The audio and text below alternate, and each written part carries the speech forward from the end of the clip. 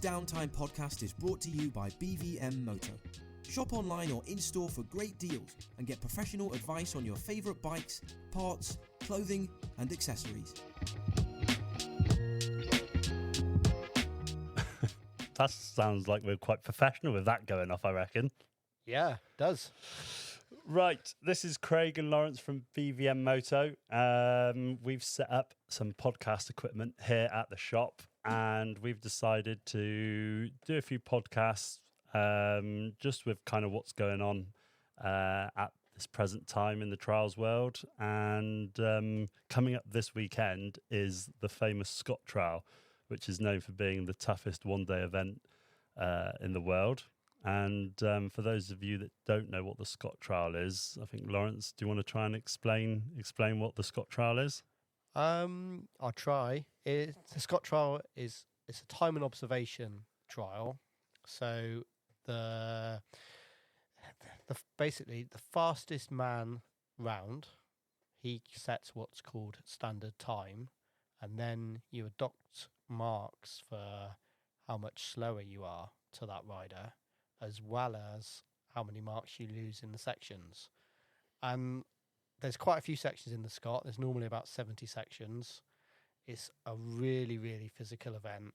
It's incredibly hard, incredibly tough physically. It's only like a one lap trial, isn't it? As well, it's just one lap. Yeah, one lap. A lot of moorland, a lot of moorland. There's also they take you for miles and miles and miles up a stream to do like a couple of sections, and then you come all the way back down the stream that's a few hundred yards away to basically back at the same point. So there's a bit of a mental game as well. And you have to finish within, I think it's 2.5 hours of the man that sets fastest time.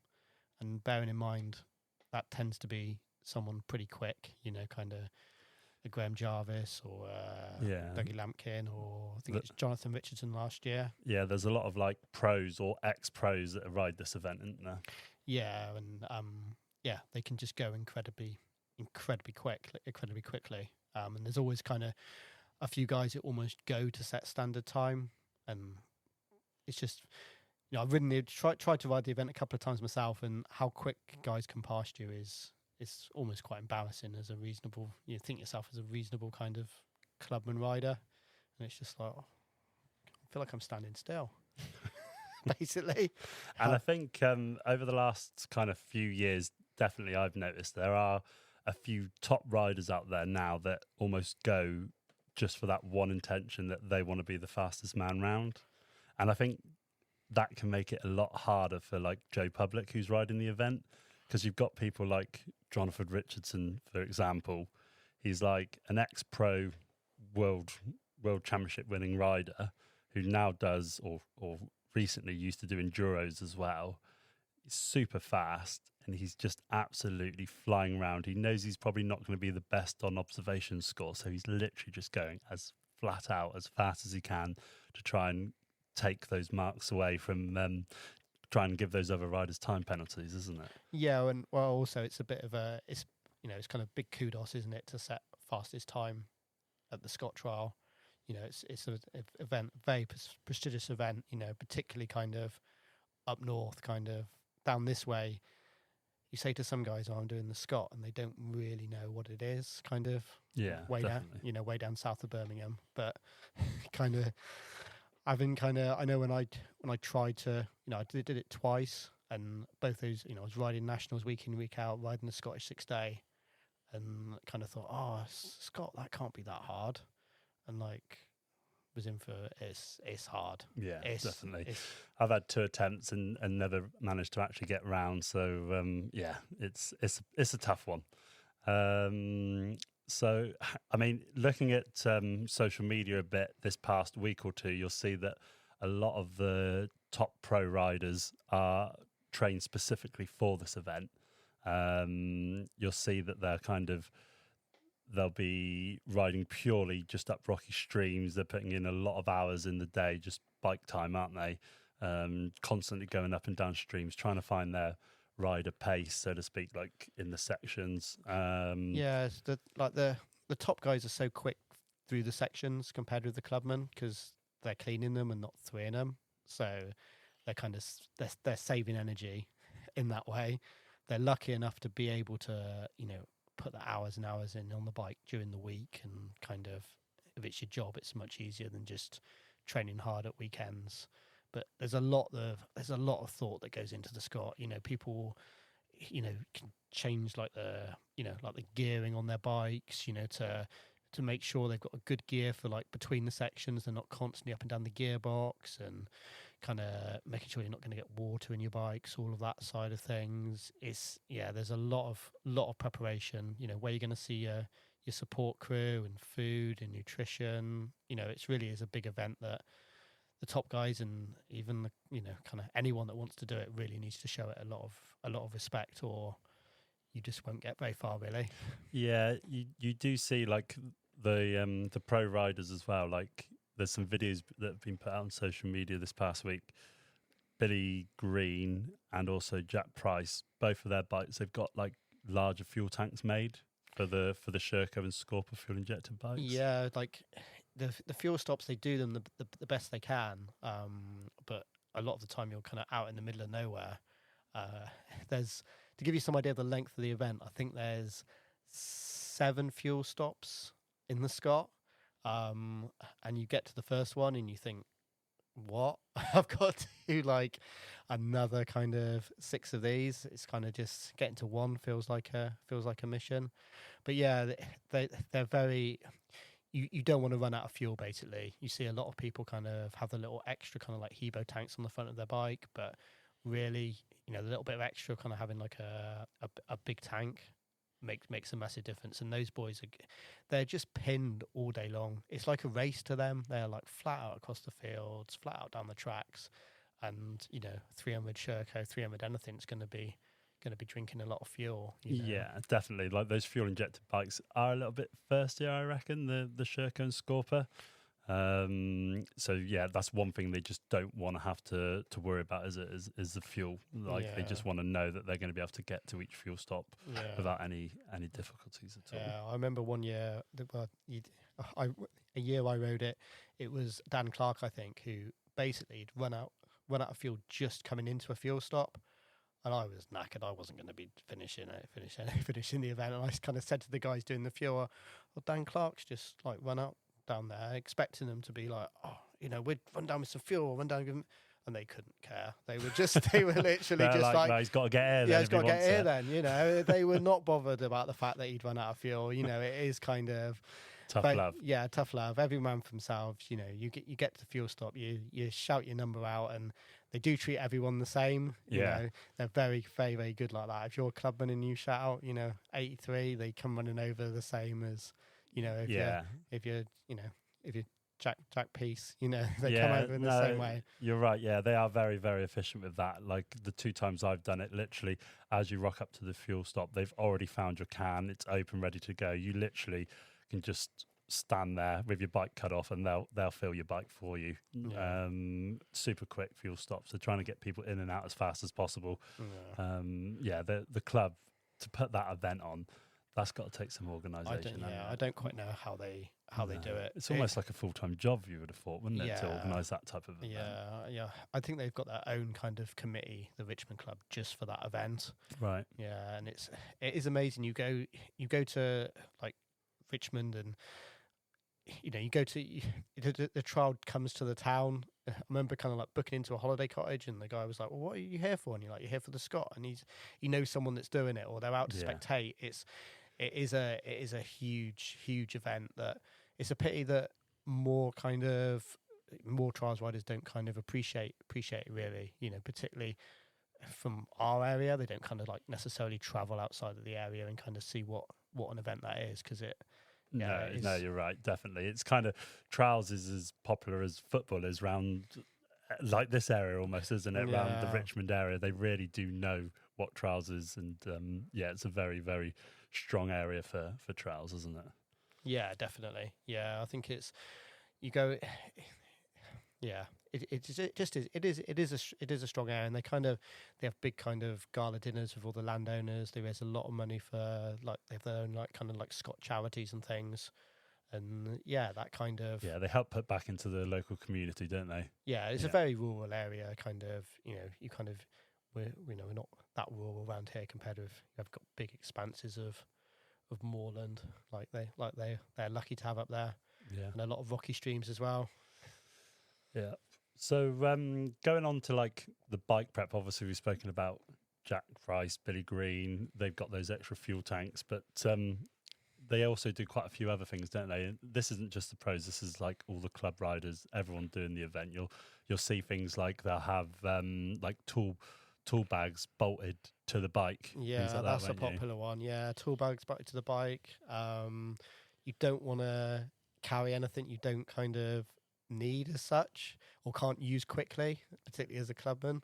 It's almost pointless carrying something if you haven't got time to change a front tube. It takes 20-25 minutes, and that you're basically going to be out of time. Then you got to be very, very fast. But yeah, people strap like levers kind of to the bikes. Kind of any kind of, you don't want any weight on your body basically. If you can strap something to the bike, that you're going to have your back's going to be killing as it is. You don't want to have a heavy backpack on as well at the same time. Exactly. Do you? Yeah. If you can kind of bolt your tube in a little tool bag kind of on your airbox, you've got a good chance. Yeah, you'll tend to find like a lot of the club riders and all will carry kind of spare clutch brake lever, gear lever, brake pedal, maybe a split link, and the tools to be able to replace those. But some of them, that is literally all they'll take because they haven't literally got time to be able to do anything else. If anything else major happens, that's them out of it. They haven't got time to repair and carry on. Yeah, as like a normal rider, you just can't appreciate till you try how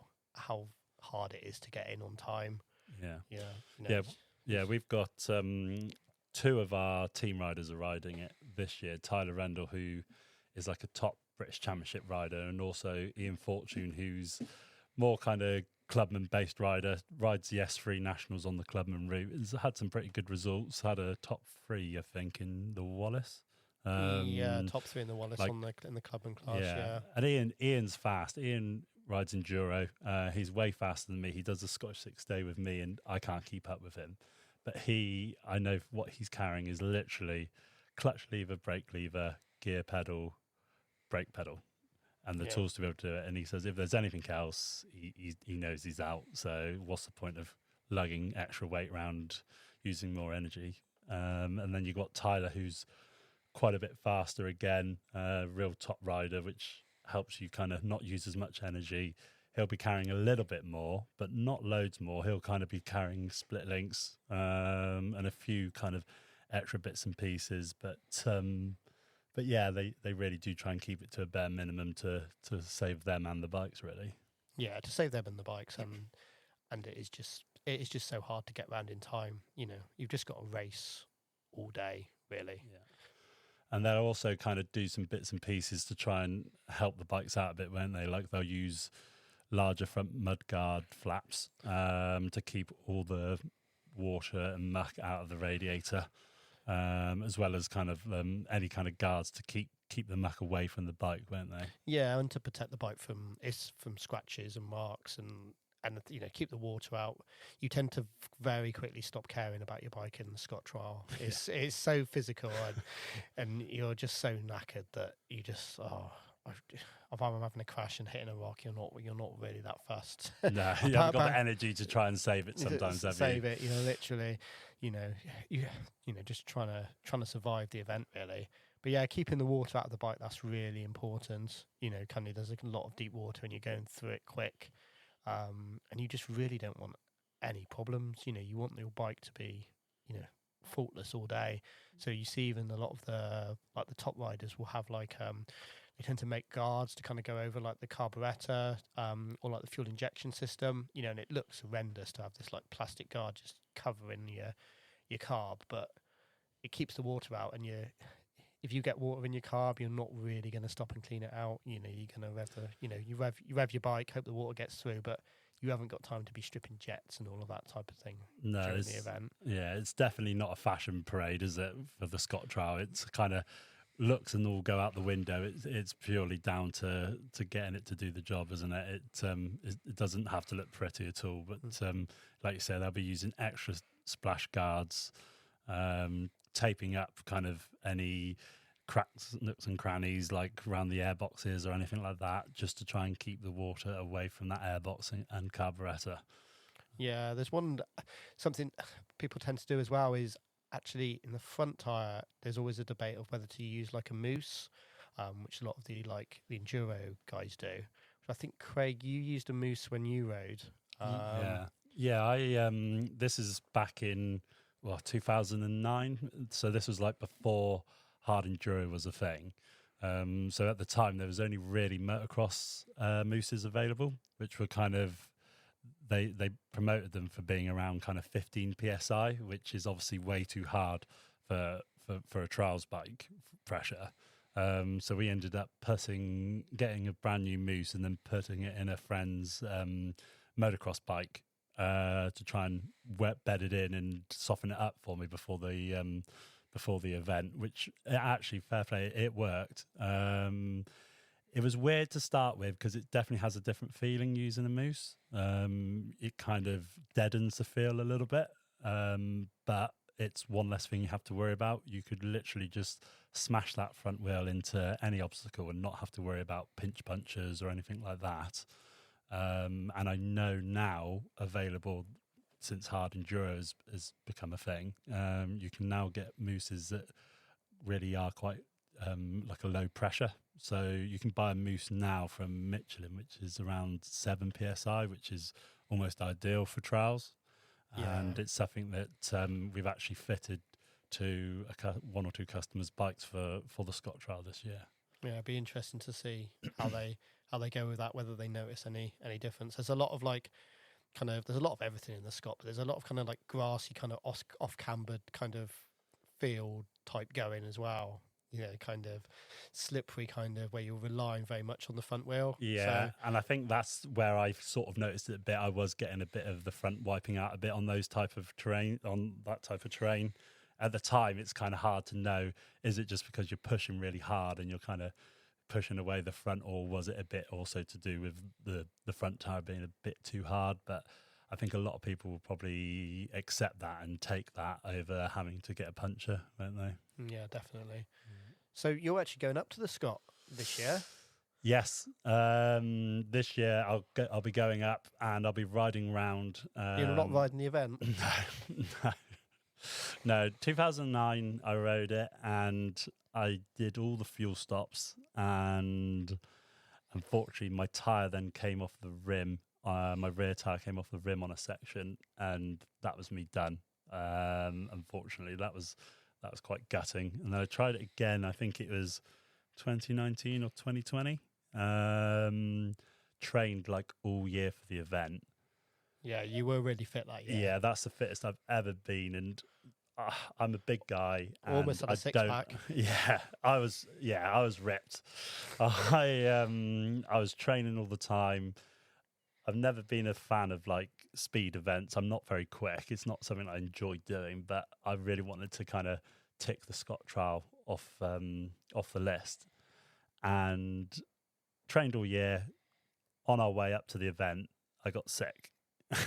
Literally, I started off the morning fine. It's like a 4 or 5 hour journey from where I was living at the time, and around halfway up, I started to feel a bit dodgy, and I was severely ill. I think I was actually ill for 2 to 3 months after that, with plenty of hospital appointments and such to try and get me sorted out. But I started the day not feeling well, hadn't eaten since kind of breakfast the day before, and I think I only got to the first fuel stop and I had to pull out. I don't think you had to pull out. I think they told you to pull out because you were throwing up. Yeah, that was the bit. They kind of said, "Oh, you're probably best off stopping there, mate." And I tried to carry on, and then I saw my parents at a road crossing, and I was wiped out. That was me done. So you're not riding, but no. You're going up anyway.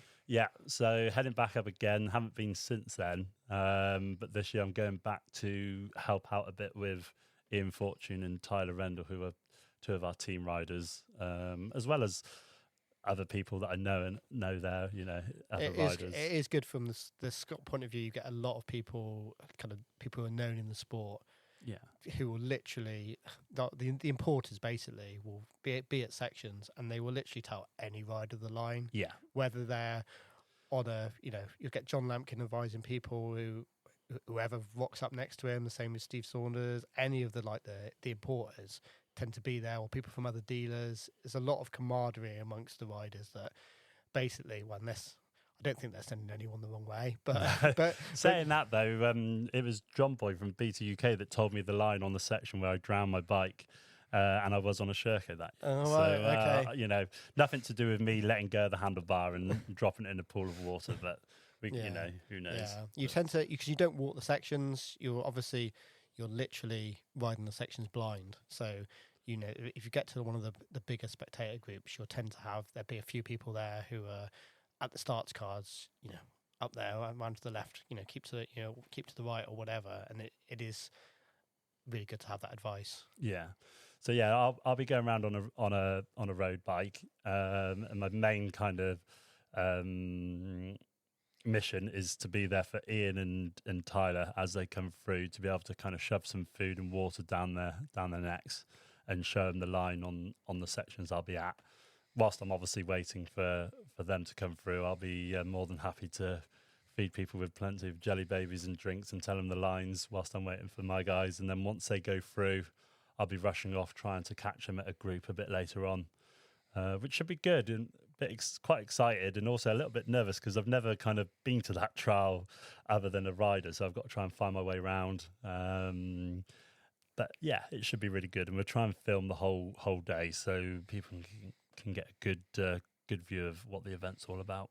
Yeah, you might see some tired and stressed riders. Yeah, there might be some shouting going on sometimes, mightn't there? Yeah, because when you rock up at a section there you can have more than one bike in a section. Probably should have said that at the start of this, really, but it is, you don't have to wait. There's be 2 or 3 observers on a section, and sometimes you'll have 5, 6, 7 bikes in the section.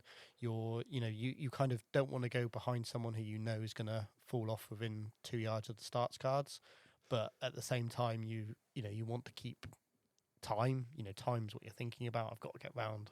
Got to get around as quick as possible. Yeah, I always remember the first year I rode, when the top boys started catching me up, the first top lad to overtake me was Jack Chandler. Right, okay. And it was a section that I had 5'd, and my bike was kind of on its side, and Jack Chandler came up the side and then rode over my rear wheel and out the ends guard for a round of applause. But you do have to watch your back a bit when those boys come through, because they're not stopping for anybody. Yeah, it's never nice as a clubman, I don't think, when the top guys start to catch you up, because you can have like a big gang of them.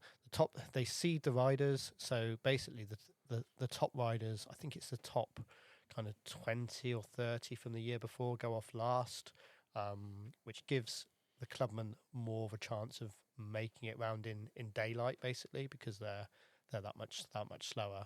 But you tend to get kind of, depending on how fast you're going, maybe between first and second fuel stop, they start to kind of like come by you. And I remember Graham Jarvis coming past me, and I was going across kind of like a field at the time, and I kind of heard this bike and like looked behind me, and I was like, oh, it's a Sherco. And within like 2 seconds, it felt like he was like, had this like move, and he was like by me, and it was almost like, how did he get that quick, to catch up? But yeah, it is. I forgot what I was going to say now. So, looking at last year's results, it looks like a lot of the top riders that were there are back again this year. Jack Price won it last year on a Vertigo. This year he's going to be on a Sherco, and he's just come off the back of winning the Scottish 6-day trial on a Sherco. Got Harry Hemingway, a top young rider in the UK. He was second, only 6 marks off of first place. I think he actually had the best score on observation as well. He did actually, yeah, by quite some way. Only 25 compared to Jack Price, 41. But he lost a lot on time, 23 on time. Yeah, so he was basically 3 minutes slower than Jonathan Richardson at set standard time. Yeah, and Jack Price was only 1 minute off of that time, which... Yeah, I think it's only a mark a minute. Yeah, I'm pretty sure it is. Yeah. So yeah, it'd be interesting to see what will happen this year. Yeah. You've got any predictions for Who's going to win? So personally, I think Jack Price is going to do it again, just because, you know, on paper he's one of the highest ranked riders out there. I know he's not a proper trials rider, so to speak, anymore. He's not doing trial GPs or British rounds, but you know, he was a top 15 rider in the world. He now does enduro, so he's got that speed aspect towards it. And he seems like him and Sherko are really pushing hard in the UK at the moment. So I think they've really been kind of working hard behind the scenes for this event. Yeah, and they've been training hard for it. Yeah. You put videos up on social media of him specifically training for this event, which is something that many of the like trial GP boys might not do in quite the same way. You know, they've been riding world rounds, and that's very different to the Scott trial. Yeah, like the likes of Harry Hemingway, Billy Green, Jack Peace. You know, they've all had to really concentrate on the trial GPs until 2-3 weeks ago. Yeah, exactly. And then kind of almost, I'm going to train for the Scott now. Yeah. Compared with Jack's probably had a little bit more training for the Scott, though. I think he has got a job as well, so not 100% full-time rider. Yeah.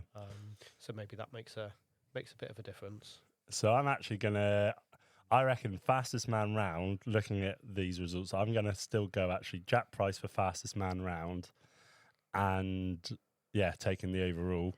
I think Jonathan Richardson will be up there for one of the fastest round, but I think he definitely isn't a full-time rider anymore. He's working a lot, and I know he either has or he's about to be a dad soon. So I reckon his eye will be off the ball a little bit more this year compared to other years. And then I reckon it's going to be, I'm going to go Harry Hemingway and Richard Sadler, I'm going to say, for top 3. Oh, that's interesting. Yeah, but I know Richard Sadler's not necessarily like one of the very top riders in the country when it comes to at the highest level, as in trial GB or trial GP, but he's a local rider for around that area. He's a bloody good rider, like especially in those natural, more traditional style sections. And I would really like him to win, but I think the other guys are just so elite now that it might be a struggle. But it'd be really nice to see him get a podium, I would say. Yeah, it's always nice if a really local rider gets a podium at that event, definitely. And so, what about you? Who do you think is going to set fastest time, and who do you think is going to be up there for the win? Well, I think to bet against Jack Price being like the fastest man round is I wouldn't want to bet against that really. I think he's only 1 minute slower than Jonathan Richardson last year and been training specifically for it. Be interesting a little bit, like, is a Vertigo maybe a bit faster though round? Not sure. Different bikes, different things. You know, I don't think any of the manufacturers really build their bikes for the Scott. True, but you do see a lot of Vertigos around that way, actually, don't you? With the high air box and things, like it's almost accidentally built for the Scott trial, isn't it? Like Vertigos, that high air intake. Yeah, deep water they're really, really good at, but it's amazing after like all that riding, they're only like a minute apart, like the top boys really for time. You know how far that event is. But yeah, I reckon Jack Price, like fastest man round. I think there's a chance Harry Hemingway could take the win. It would be good to see. Probably be one of the youngest, wouldn't he, to ever have done it? I don't really know the history of it that well, but he's such a young lad still, isn't he? Yeah, I'm not sure. I think Rob Crawford won it at his first attempt. Really? Yeah, I'm pretty sure he did. And I think he's the only person ever to do that. Don't quote me exactly on that, but I'm pretty sure my trials knowledge, he did win it on his first attempt when he was pretty young.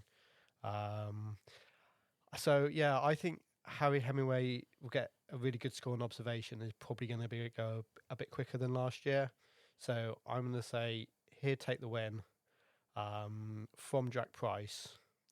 And yeah, I kind of, in third place, I reckon Jack Peace. Yeah? Yeah, it's very hard to predict, really. But it is, yeah. That's what's so good about the event, I suppose, isn't it? Is like there's so many things you have to factor in. It's not just who can keep their feet up. Yeah, exactly.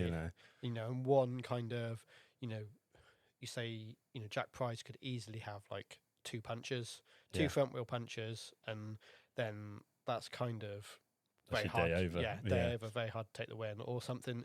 Anyone could have something go on with their bike that's it. You're out basically. It is that type of event that one of the favourites can easily have a bike problem that can put them out. It's not, the bikes aren't really designed for this type of punishment really at all. Yeah, definitely.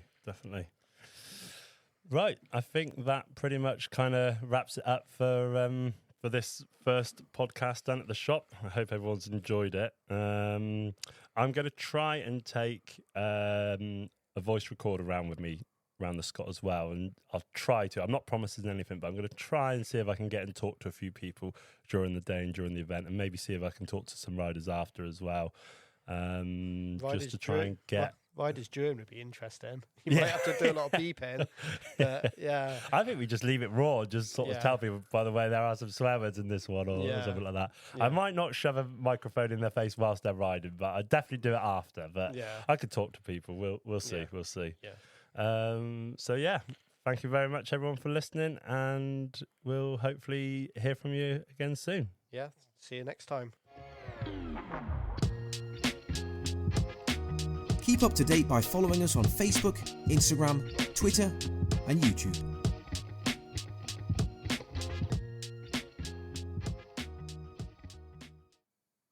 That was all right, wasn't it? Yeah, is that it now? I think so, unless there's anything else you can think of. No, I just didn't know when I could talk. I was like...